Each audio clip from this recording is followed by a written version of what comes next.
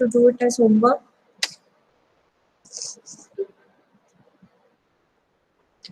Okay. Let's start with question number 19 today. Now in the question number 18, there was one question, show the arbitrage process and when will, according to MM, arbitrage cease. Arbitrage cease means arbitrage end. So according to you, when will arbitrage end? Anybody?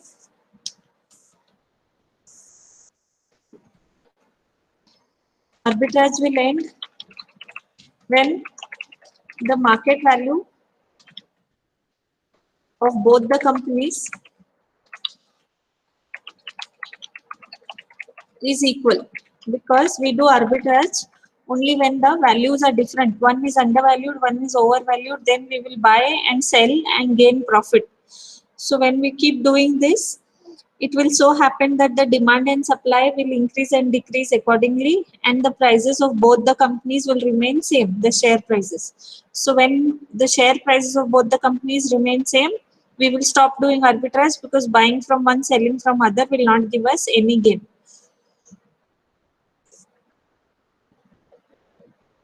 That's the answer for that question. Let's start with the question number 19 for arbitrage problems. The levered company and the unlevered company are identical in every respect, except that levered company has 6% 2 lakh debt outstanding. As per NI approach, the valuation of the two firms is as follows. So they have valued it. There is total value of the firm. This value of equity, market value of shares here, equity, debt, everything is given. So what we will do is, now we will try and solve it for arbitrage. Just see what they have told. Mr. X holds rupees 2,000 worth of levered company shares. Is it possible to reduce his investment outlay to earn the same returns through the use of arbitrage? So now, till now, whatever sums we did, we usually had the percentage owning. Assume that an investor owns 1%. In the previous problem, it was assumed that an investor owns 5%. Before that, it was 10%. So like this, we had always a percentage ownership of the investor. Here, what they have done is, they have told, you assume that Mr. X holds 2,000 worth of levered company shares. So they've given it in rupees and not in percentage. So first step, what we will do is, we will convert it into percentage holding, because till now we have solved all the sums using percentage holding. So we'll maintain uniformity and will not try anything new as of now. So how to convert it to percentage?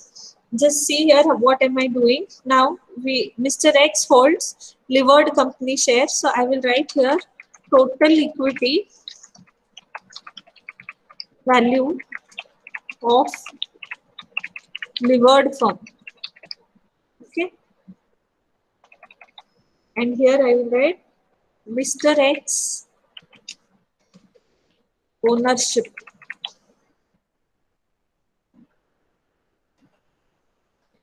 Now let's see what it is.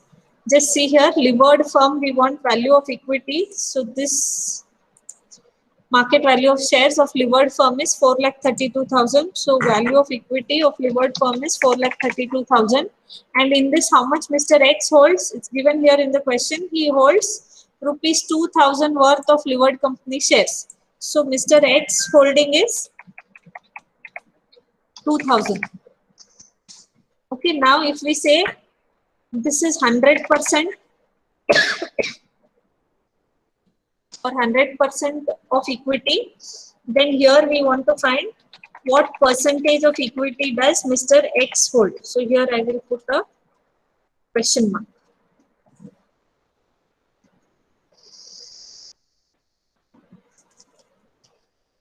Okay, so when the total value of equity is 4,32,000, Mr. X ownership is 2,000. So if total value of equity is 100%, what will be Mr. X ownership? So now what we can do, we can cross multiply.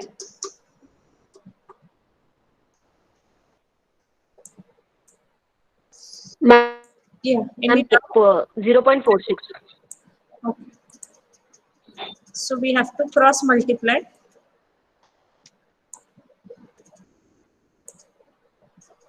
Then we'll solve it here. It will be 100 into 2,000 divided by 4,32,000, which will be equal to 0.46%. Okay, did you understand what we did? Yes, ma'am. Now remember, this is 0.46%. It is not 0.46 taken as it is. Anything that is given in percent, we divide by 100. So it is like 1%. So you do 1 divided by 100. Same way, 0.46% means you will do 0.46 divided by 100. So it is in percentage. That means the owner doesn't even own 1%. Mr. X doesn't own even 1% of the shares. He only owns 0.46% of shares. So we will do 0.46 divided by 100. Okay. Similar process now. You know the percentage. So the same way that we did arbitrage, we will follow the same method and solve this sum also. So only twist was how to convert the amount into percentage. If you have any doubts, you can clarify. So here we will solve it now.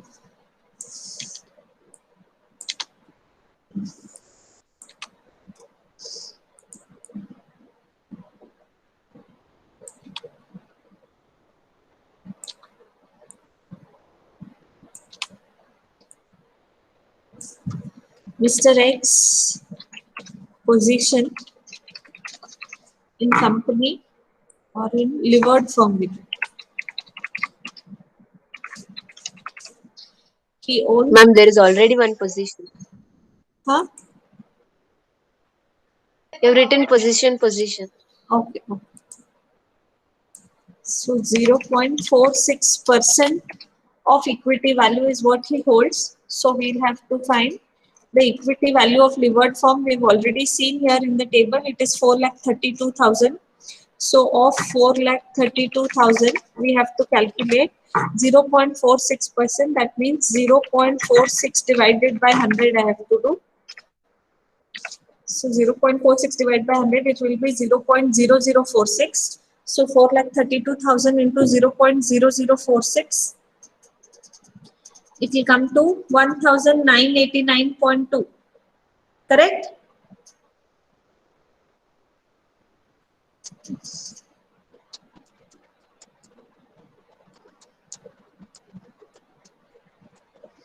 Ma'am, 1,98,720.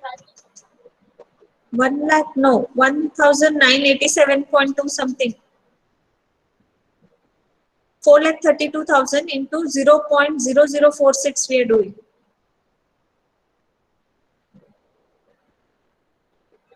$1,987. Yes, ma'am. 1,987.2. 1,987.2. But here, if you see, they have clearly told us that Mr. X invests 2,000. So we will round it off and we will show it here as 2,000. Okay, now why we are getting so much difference? 1,987.2 means 13 rupees difference we are getting, correct? 12.8. That is 13, ma'am. Why we are getting that much difference? Because here in the question there is a small error. If you see here, equity capitalization rate is 11.1%. So if I find market value of equity, I have to do NI divided by cost of equity. NI is 48,000 and equity is 11.1%. When I do it, I get 4,32,000 something odd, 300 something. But they have only taken 4,32,000. So that is the reason we are getting little different answer. If we actually calculate, it is 4,32,432. And if I take that and do, I'll get more closer to the answer. So we'll take it as 2,000 here. We'll not change anything in the question because here clearly they have told Mr. X holds rupees 2,000 worth of levered company. So we will take 2,000 as it is. Is that okay? Now we'll find now we'll find the dividend. So dividend means we have to check the net income available to equity shareholders. Remember, this is not EBIT. If it was EBIT, it would have been same in both the cases, 60,000, 60,000. Here it is 60, here it is 48. That means this is net income. EBIT minus interest is done and then it is found out. So this is earnings to equity or the net income. So 48,000, 0.46% we have to calculate. So 48,000 into 0.46 divided by 100. How much you get?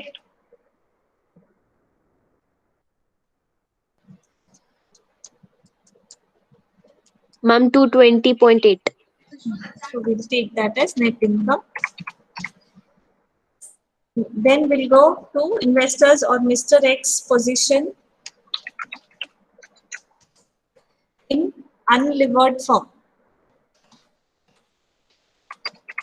Now, before we go to unlevered firm, we have to find the total funds with Mr. X. So we will sell the shares of levered firm. So we will sell the shares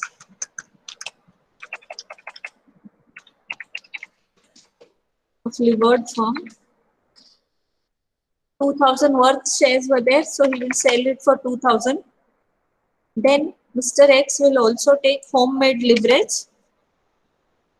How much homemade leverage he should take? This is the market value of debt. So levered firm had debt of 2 lakh rupees and Mr. X is 0.46% owner. So how much should be the homemade leverage? How to calculate?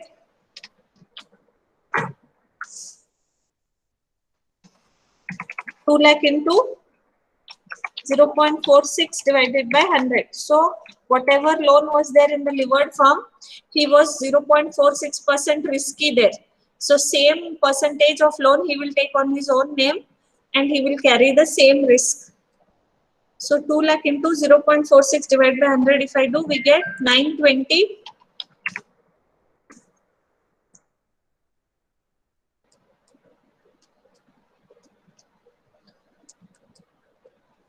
So total 2,920 is the total funds available. Now he will buy the shares in unlevered firm. So Mr. X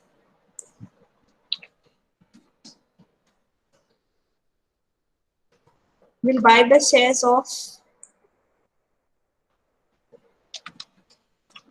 unlevered firm. Same ownership he wants, so he will buy 0.46% shares. Unlevered firm, 6 lakh is the market value of equity. So of 6 lakh rupees, he will take 0.046 or 0.46 divided by 100. So he will buy the shares of unlevered firm, which comes to 2,760. Then he will also get dividend 0.46 divided by 100 into the net income of unlevered firm is 60,000 rupees. So of 60,000, he will get 0.46%.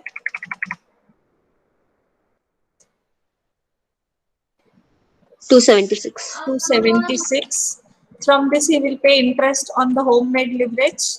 So he has borrowed 920 into the interest rate. Interest rate given in the problem is 6%, 2 lakh debentures. So 6% is the interest rate.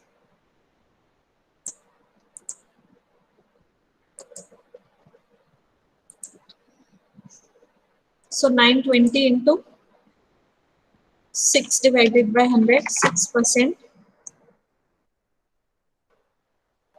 55.2. 55.2. 276 minus 55.2, if we do, we get 220.8.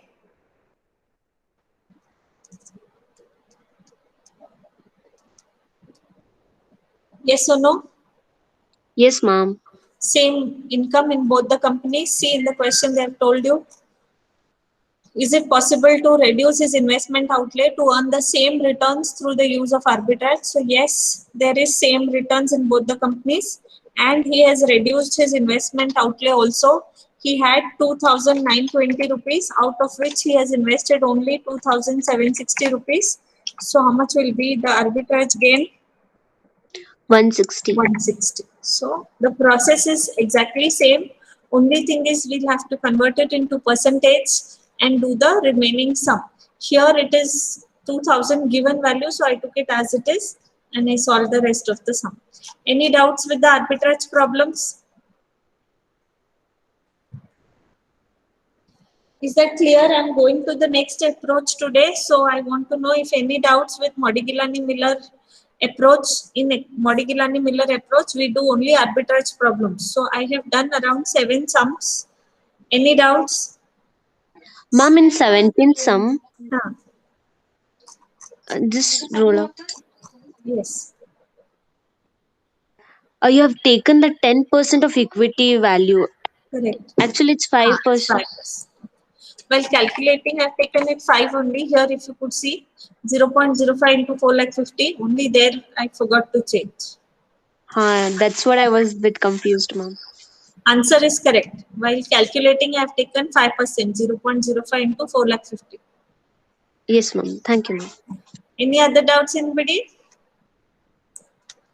Okay, let's move to the next approach now, which is the traditional approach. I will not go into the theory of this. We will start with the sums, but I'll just tell you in brief what this approach basically tries to say. And we will also maybe revise a little bit of all the 3 approaches. Okay. The first approach, when I taught you net income approach basically told capital structure is relevant to the valuation of the firms. You do something to your debt, the value will change. We saw doing sums also. Whenever there was debt, the value of the firm with debt and without debt was different. So we saw that value of the firm will change if you change the capital structure. Therefore, value of capital structure is relevant for the valuation of the firm. Whereas net operating income approach, the author told that capital structure is irrelevant to the value of the firm. Whatever you do with your debt equity, it doesn't matter. It will not change the value of the firm because the owners or the investors look at the firm as a whole. They are not interested in looking at the firm from debtors point of view and from equity point of view.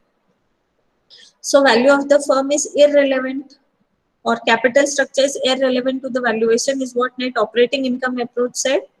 Modigliani-Miller approach supported net operating income approach and said, yes, it is correct.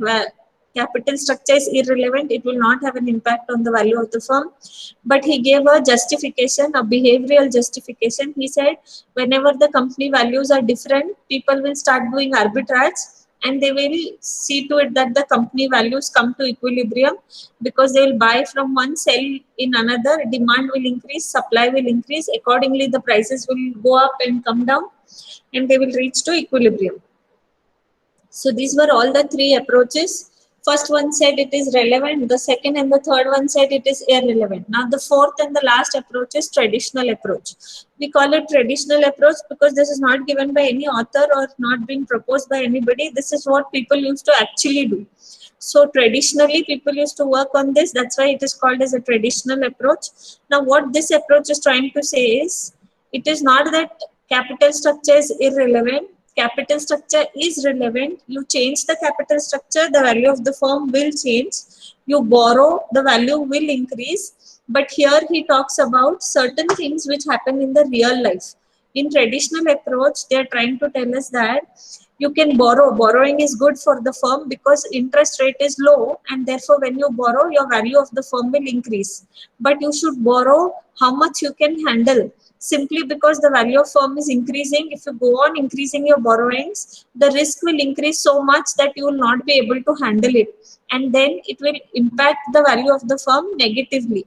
So here he supports borrowing, but to a limit that you can bear. Beyond the limit, you shouldn't be borrowing it. Because in traditional approach, they believe that when the cost of debt increases, when you borrow more and more, the debt increases, the cost of equity will also increase because equity shareholders start feeling that the firm is very risky and they will demand for more dividend, more returns. So borrowings will lead to higher cost of equity, which will in turn lead to higher cost of capital. So too much of borrowing will have a negative impact.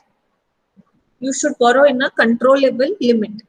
This is what traditional approach is trying to say. So let us solve one sum and understand how they prove their approach and what they are trying to actually show in this particular problem. Now traditional approach sums also, when we will do, it will apply the same logic of net income approach. I hope all of you till now are perfect with net income approach, because Modigilani Miller approach also, when we did, working note was of net income approach. Here also the same method of net income approach we will apply, and we will find the values of different things. Okay, so let us start with the first sum. A company currently working in automobile sector has a capital structure with debt and equity. The company is planning to have an optimum capital structure with minimum possible cost of capital in the future. So the objective is the cost should be minimum and they should raise the capital structure. The company has appointed you as a financial manager and wants you to work on improving the capital structure.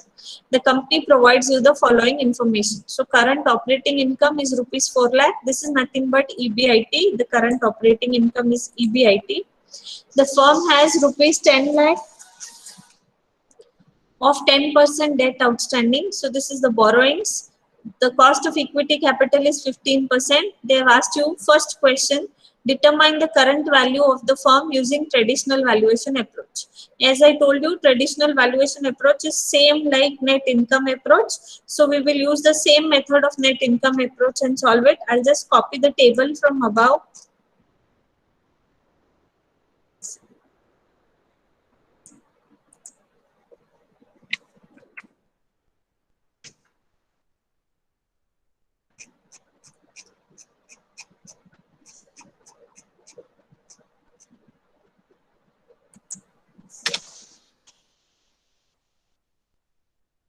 In solving A,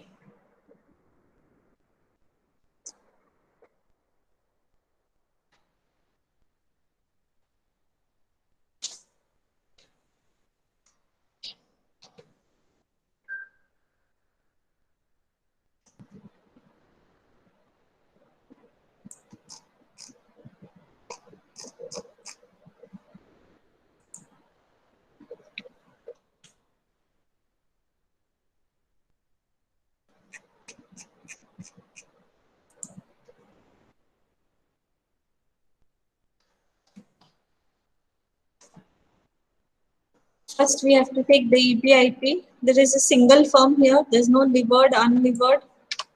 So I'll write particulars and amount.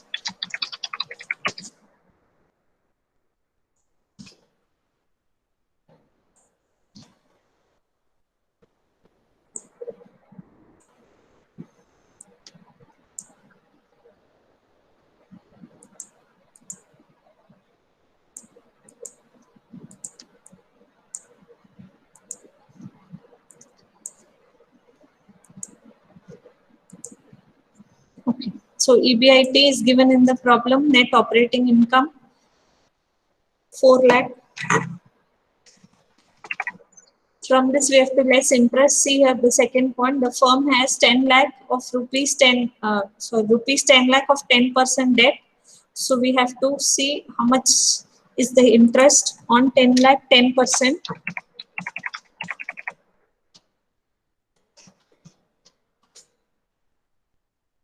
Which comes to 1 lakh.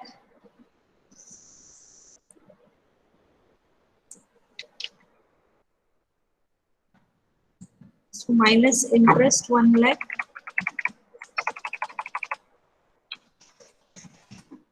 You will get the EBT or net income. There are no tax rate given, so we are not considering tax. 4 lakh minus 1 lakh, the net income is 3 lakh. Now we can find the market value of debt, interest divided by cost of debt. Interest is 1 lakh, which we calculated about, divided by 10% is the value or the cost of debt. So that comes to 10 lakh. Now we have to find the market value of equity. The formula for market value of equity is net income divided by equity capitalization rate. Net income is highlighted in blue, which we calculated above, divided by equity capitalization rate. The third point in the question talks about the equity capitalization rate. So we will consider that 15% is the rate. So 3 lakh divided by 0.15, it will give me the market value of equity, which is 20 lakhs. So total value of the firm is market value of debt plus market value of equity, 10 plus 20, which is equal to 30 lakhs. So this is how you calculate the value under traditional approach also. Same net income method we are using and we are calculating it. So first question we have solved. Determine the current value of the firm using traditional valuation approach. Let's see what is the second question.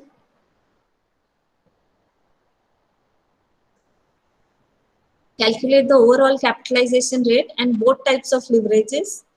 Leverage ratio, that is debt equity and debt to value. So first we'll do the overall capitalization rate.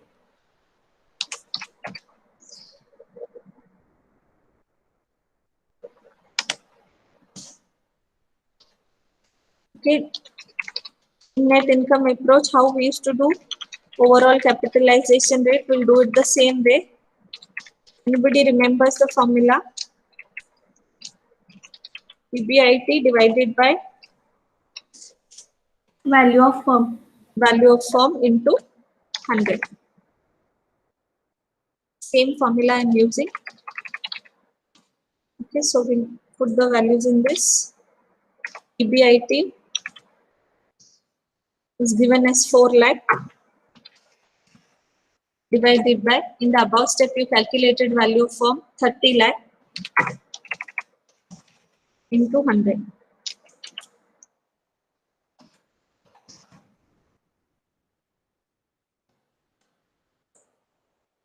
So K naught or overall capitalization rate is equal to 13.33%. So this is the first part of question B, find the overall capitalization rate. Now see what is next asked. Both types of leverages. So these two also they want to calculate. Now if you could look at this, the question itself is giving you the formula. They want you to calculate A, debt by equity, and B, debt by value. So we can find it here. Debt means how much we have borrowed. See this table, the borrowings are 10 lakh. So debt is 10 lakh divided by, they want equity. See the market value of equity, we have calculated 20 lakh. So 10 lakh divided by 20 lakh. So you will get the value answer of debt by equity, which is equal to 0.5. Now this is debt equity ratio, leverage ratio. So we call it as 0.5:1. That means for every 1 rupee equity, I have 50 paisa loan. For every, so 20 lakh equity, I have 10 lakh loan. That's how we calculate debt equity. The next also they've given you the formula. They want you to find debt divided by total value of the firm. Debt you know is 10 lakh divided by total value of the firm given here 30 lakh. We have calculated it. So this will be equal to 10 lakh divided by 30 lakh, 0.33:1. So this was part B. Now we calculate part C. Let's see what they have told us to do in part C. The firm is considering increasing leverage by an additional rupees 5 lakh debts and using the proceeds to retire the amount of equity. As a result of increased financial risk, cost of debt is likely to go up to 12% and cost of equity to 18%. Find the value of the firm using traditional approach. Now they are asking you to again find the value of the firm using traditional approach, but this time they have changed a few values. So we'll see what is being changed. Again, we have to find value of the firm. So the same table will be required. I'll just copy it here.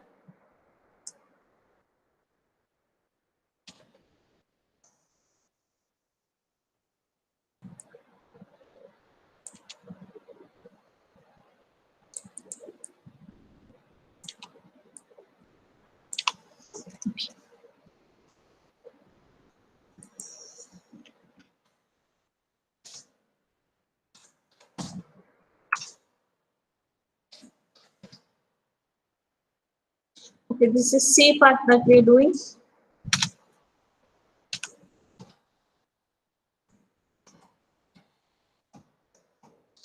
The firm is considering increasing the leverage. They have not told anything about EBIT in this, so we will keep the same EBIT which is given in the main problem, which is 4 lakh. So I'll take EBIT as 4 lakh. Now let's see what they are trying to say. The firm is considering increasing leverage by an additional rupees 5 lakh debt. Okay, so now they want to increase the loans. The firm has rupees 10 lakh debt outstanding already. They want to increase it by 5 lakh. So 10 lakh plus 5 lakh. What will be the new debt? 15 lakhs. 10 lakh. 15 lakhs. So we will take 15 lakhs into the cost of debt to find the interest. See here, they have told you that as a result of increased financial risk, cost of debt is likely to go up to 12%. Earlier it was 10%. Now they are telling it will be 12%. So on 15 lakh, we have to calculate 12% because this is the new debt, cost of debt that is going to happen because you borrowed more. So 15 lakhs, 12% is equal to 1 lakh 80,000. So when you minus 4 lakh minus 1 lakh 80,000, you will get the net income, which is 2 lakh 20,000. Now we can find the market value of debt, market value of equity. For market value of debt, we need interest divided by cost of debt. Interest we have calculated above 1 lakh 80,000 divided by cost of debt. They have told us 0.12% now. So 1 lakh 80,000 divided by 0.12, if I do, the market value of debt will be 15 lakh. Now market value of equity, the formula is net income divided by cost of equity. Net income is highlighted in blue, calculated above 2 lakh 20,000 divided by, we'll see what happens to cost of equity in the paragraph given. Cost of equity will be 18%. So we have to take 18% here now. Earlier it was 15%, now it will become 18%. So 2 lakh 20,000 divided by 0.18, you will get 12 lakh 22,222. 15 lakh plus 12 lakh 22,222. The total value of the firm will be 27 lakh 22,222. So this is the value of the firm. If you increase the debt from 10 lakh to 15 lakh, and the cost of debt and cost of equity change. So we have solved the part C also. Let's see what is the part D. Would you recommend the above plan of increasing the debt? Give reason. Now in part C, we have increased the debt by 5 lakh. Would you recommend this increase or no? Let's see. Before increase, what was the market value of the firm? 30 lakh. 30 lakh. After increase, what is the market value of the firm? 27 lakh. 27 lakh. 22,222. So which is better, 30 lakh or 27 lakh, 22,222? 30 lakhs, ma'am. 30 lakhs is better. So what do we say? We need not increase. Would you recommend the above plan of increase in debt? No, we would not recommend. Why you will not recommend? Because after borrowing more, the market value of the firm is coming down. Correct? Now, can anybody tell me why the market value of the firm came down? Why it reduced?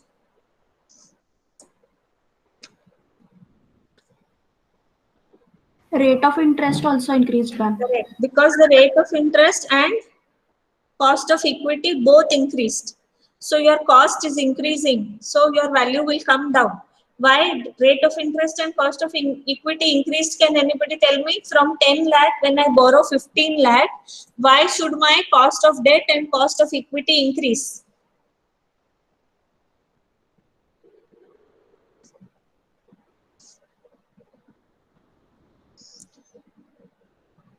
Earlier I was Higher the risk, Huh? higher the risk, higher the return.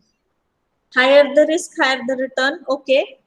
That is from investors' point of view, because the company is taking more risk, you will ask for more return. That's why the cost of debt and cost of equity is increasing. Okay. For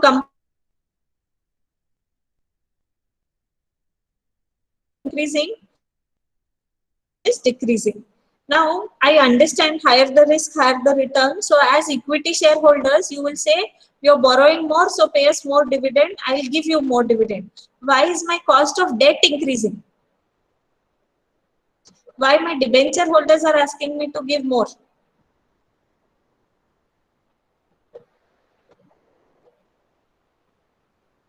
Same logic, because if you have taken bonds from me, and I mean, if you have given me loan 10 lakh rupees, now I'm taking another 5 lakh rupees loan, you will feel that I'm increasing my risk. So you will say, when you're increasing your risk, you will have to pay us more interest. We will not sit quite at the same interest rate. You're borrowing more and more means the chance of loss is more for us. If you default, you close down your firm, we may not recover anything. That is a big issue. Therefore, if you're increasing your debt, we want the cost of debt also to increase.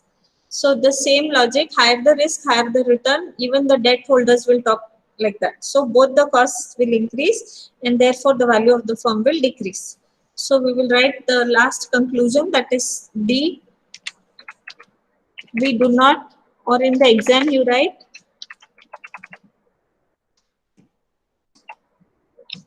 I do not recommend the plan because the market value of the firm has decreased by increase in debt. So when the debt increased from 10 lakh to 15 lakh, market value of the firm decreased from 30 lakh to 27 lakh 22,222. Therefore, we will not recommend such a plan which decreases the market value of the firm. Let's do one more sum on traditional approach. Totally there are 3 sums that I'll be doing, because traditional approach is same like net income approach. So nothing new I'm teaching you. Only what I'm trying to tell you is more and more borrowings will increase the risk and cost. So you should borrow how much you can handle, not beyond a certain limit. Okay, so let's start solving this sum. Assume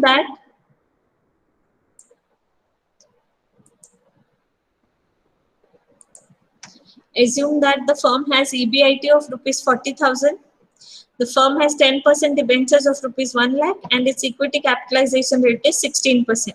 The firm is planning to change its leverage position as follows. So the first thing it wants is, it wants to increase its leverage by borrowing additional 50,000 through debentures. The cost of debt would increase by 11% and equity would go to 17%. Second, the firm is planning to increase again its borrowing additional rupees 1 lakh. This will increase the cost of debt as 12.5 and equity as 20%. Find the value of the firm and WACC in the present and proposed plan. So there are totally 3 plans. One is already what they're doing, present, and there are 2 proposed plans. Okay, so we will solve in one table only all the 3. Is that okay? Or you want me to do like this, separate? Ma'am, in one. Okay, so let's do in one table all the 3. Just have to increase the number of columns.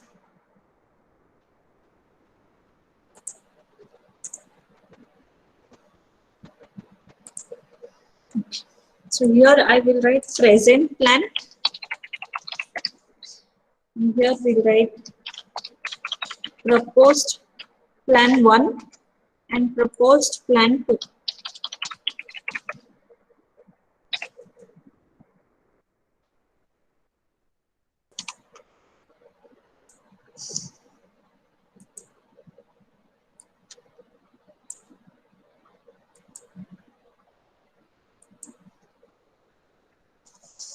Just a second.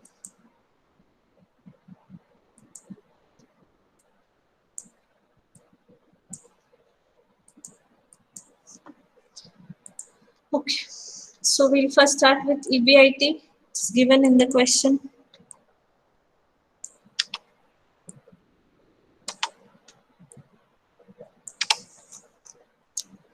Assume that the firm has an EBIT of rupees 40,000. So for all the 3 plans, we will write EBIT 40,000.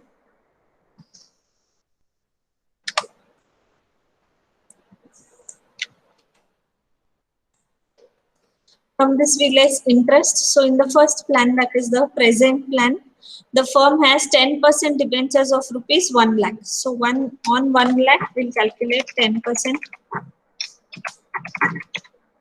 So how much will be the interest for the present plan?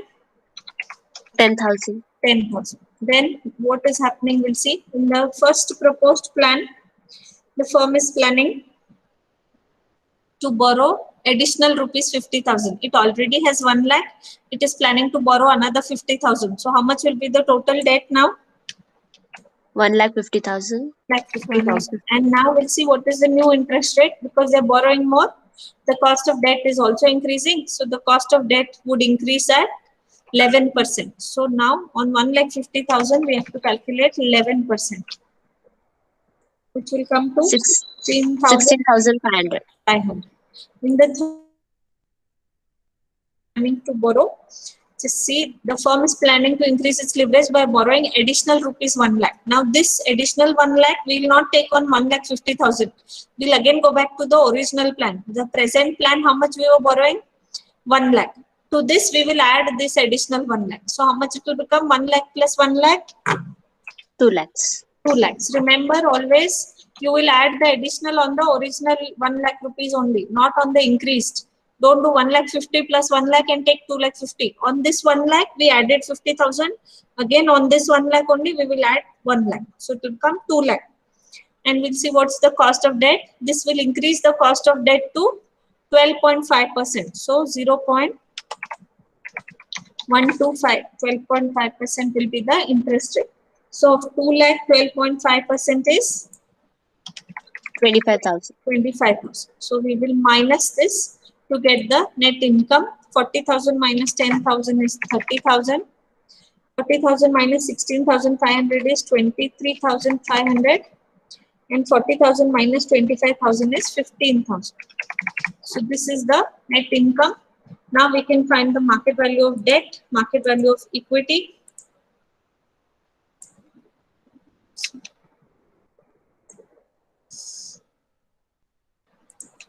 So just put a gap. Now here we'll calculate market value of debt.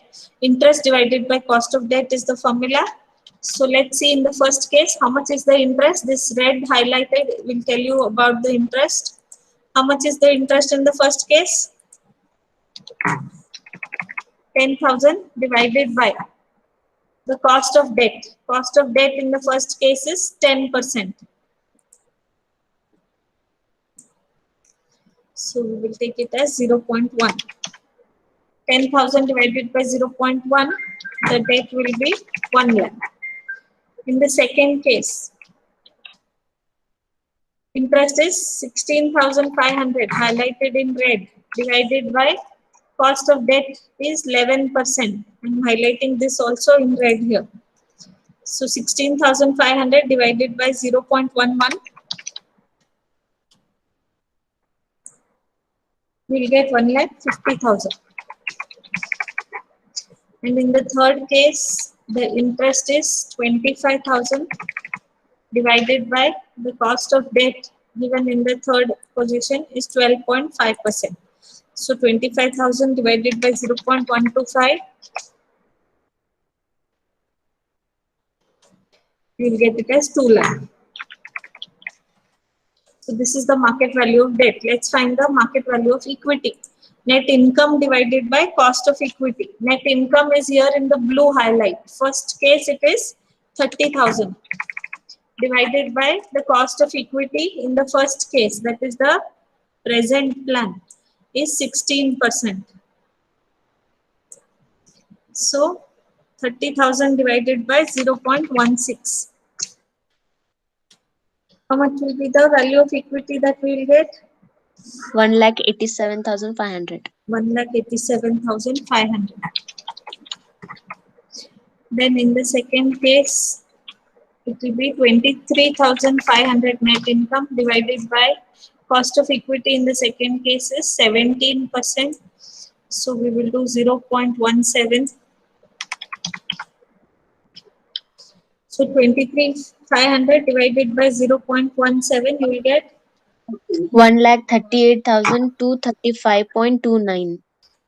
So we'll take it as 235. And in the third case, 15,000 is the value of equity divided by cost of equity. They have told is 20%. So 0.2. 75,000, ma'am. When we add these, we'll get the value of the firm. So this in yellow highlights 1 lakh plus 1,87,500, 2,87,500, 1,50,000 plus 1,38,235. You will get 2,88,235. 2 lakh plus 75,000, you will get 2,75,000. So these are the market value of the firms. Can anybody tell me which plan you should go for? Proposed plan 1. Proposed plan 1. Proposed plan 1. Okay. Why? Because the market value of the firm is 2,88,235. it is higher than the present plan and the proposed plan 2. Correct? Now, Yes, all of you ma'am. see here, listen to me. It's important for you to understand the traditional approach. With this sum, you will understand it better. Just see how much was the debt in the present plan. It was 1 lakh. And the value was 2,87,500. When I increased the debt from 1 lakh to 1,50,000, my value increased from 2,87,000 to 2,88,000. So increase in debt, increase the value of the firm. That means it is good. We should go for increase. Okay. Then the company thought, let us increase the debt still more. Let us take more risk. So from 1,50,000, they started borrowing 2 lakh. When they borrowed 2 lakh, the risk increased so much that the cost of debt and equity both increased very high. What happened to the value of the firm? From 2,88,000, it became 2,75,000. So what it is proved? That you should not borrow more. 1,50,000 is the optimum debt that you can borrow. Anything beyond this you will borrow, it will increase the cost and it will decrease the value of your firm. So that's what I tried to explain you in the beginning in the theory also. Traditional approach says you can borrow, you can increase your borrowings, but increase till where it is giving you benefit, till where it is increasing the value of your firm. Once you feel by borrowing more, my value of the firm will fall down, you should stop borrowing. Otherwise, it will have a negative impact. So out of the 3 plans, in the first stage, 1 lakh borrowing, you can increase your borrowings. So if I increase it to 1,50,000, my value will increase to 2,88,000. Beyond that, if I increase, it is negative. So I should not go for 2 lakh borrowing. I should stop at 1,50,000. Did you understand the approach, what it is trying to say? Yes, ma'am. Okay. Now they have told you to also find the weighted average cost of capital. Find the value of the firm and WACC in the present and proposed plan. So the same formula, K naught is equals to EBIT divided by value into 100. So we'll have to do it for all the 3 plans.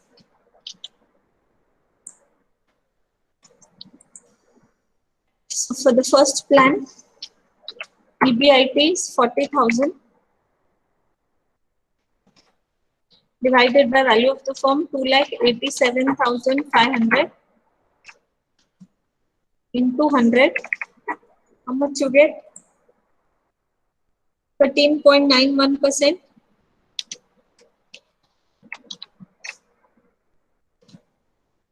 Let's do it for second plan. EBIT 40,000 divided by 2,88,235 into 100. 13.87. 13.87%. And the third one, EBIT 40,000 divided by value of the firm 2,75,000 into 100. 14.5. 14.5. Just see here, when the value of the firm increased from 2,87,000 to 2,88,000, the cost decreased. So lower the cost, higher the value. Optimum capital structure definition was where the total cost is minimum and the value is maximum. So here you can see the value has increased, cost has decreased. So this is the optimum. Cost is, if you see cost wise, the cost is minimum for this plan. And if you see value wise, the value is maximum for the proposed plan 1. Therefore, we should go for proposed 1 plan. Okay. They have not asked you to recommend which plan. They have just told you to find the value. So we have found out. And if they ask you to recommend, you can write in comment. The company should go for proposed plan 1 as the value is maximum and the cost is minimum. Any doubts with this? No, ma'am. Similar time, I have one more sum. We'll do that and we'll finish with the traditional approach. Remember, I'm doing only 3 sums because it is exactly same like net income approach. There is nothing new method that I am teaching you. Only difference is net income approach said you go on borrowing more and more. It is good for the firm.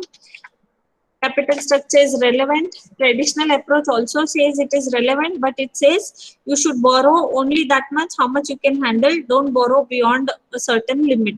So that's the only difference, whereas the solution method is same. So let's start the 22nd problem.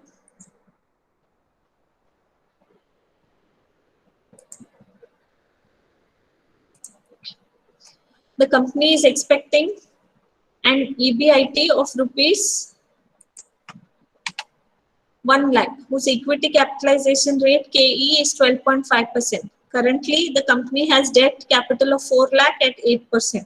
Find the value of the firm and cost of capital for the following cases. So, in the first case, when the company increases debt, when the company reduces debt. These are the 2 cases that they're given. We have the existing plan also and the 2 cases. So, we will do for present and case 1, case 2. So similar way we will solve. Same table, I'll just copy it there so that we can solve it.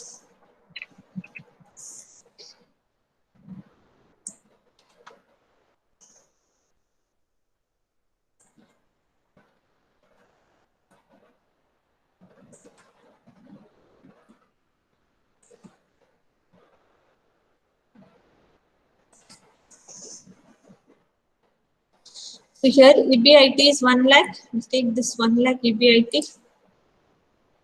Present, I'll call it as case 1.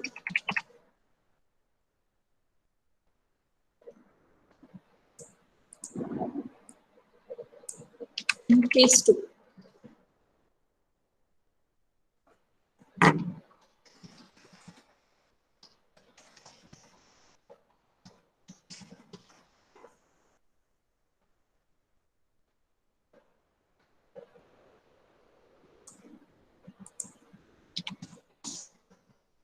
Okay, now let's interest. So we have to calculate interest in the present plan. The company has a debt capital of 4 lakh at 8% interest. So on 4 lakh,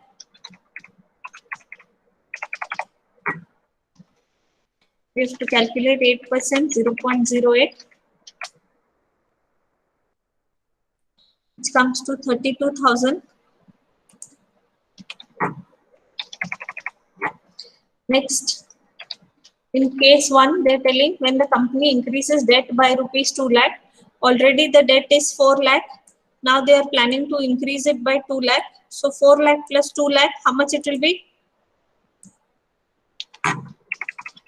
6 lakh. 6 lakh into 8%. 8% of 6 lakh is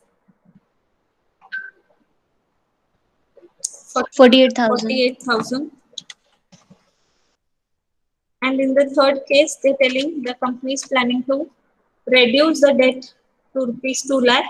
So 4 lakh minus 2 lakh, the new debt will be only 2 lakh reduce. So I'm minusing. I hope you're understanding. In the previous sum, they increased it, so we added. And here they're telling to reduce it, so we have to minus. 4 lakh minus 2 lakh is 2 lakh into 8%. 16,000. So we will minus 1 lakh minus 32,000, you get 68,000. 1 lakh minus 48,000, 52. And 1 lakh minus 16 is 84. Now we'll find the market value of debt. The formula interest divided by cost of debt. interest in the first case is 32,000 divided by the cost of debt. We need the cost of debt, which is, sorry.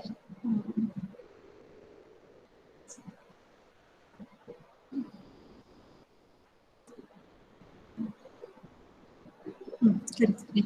Cost of debt is 8%, so we'll take it as 8%. 32,000 divided by 0.08. How much you get? 4 lakh. In the second case, the interest is 48,000. Now see here, they have not told that the cost of debt will increase or something like that. It is going to remain the same 8%. So I'm taking it the same 8% and solving it.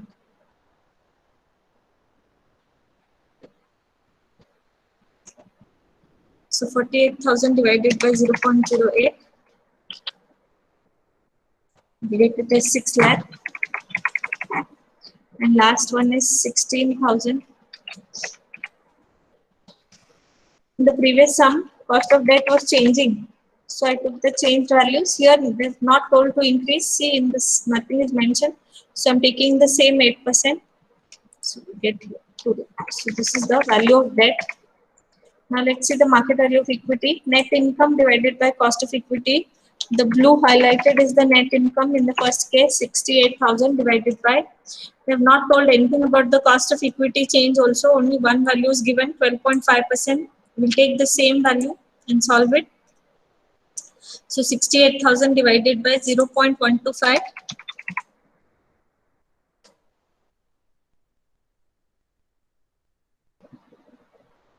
You get 5,44,000. Next case, the net income is 52,000 divided by 0.125, which is 4,16,000 you will get. And in the third case, 84,000 divided by 0.125. You will get 6,72,000. So this is the market value of debt, market value of equity. If we add both, we'll get the total market value of the firm, which is 9,44,000, 10,16,000, and 8,72,000. A naught is EBIT divided by value into 100. So here we will take for the first plan EBIT 1 lakh divided by value 9,44,000 into 100. 10.59%.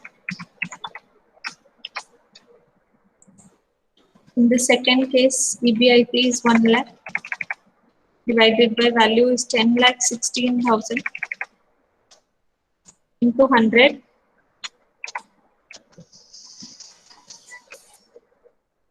So that is equal to 9.84%. The third case, the value is EBIT 1 lakh divided by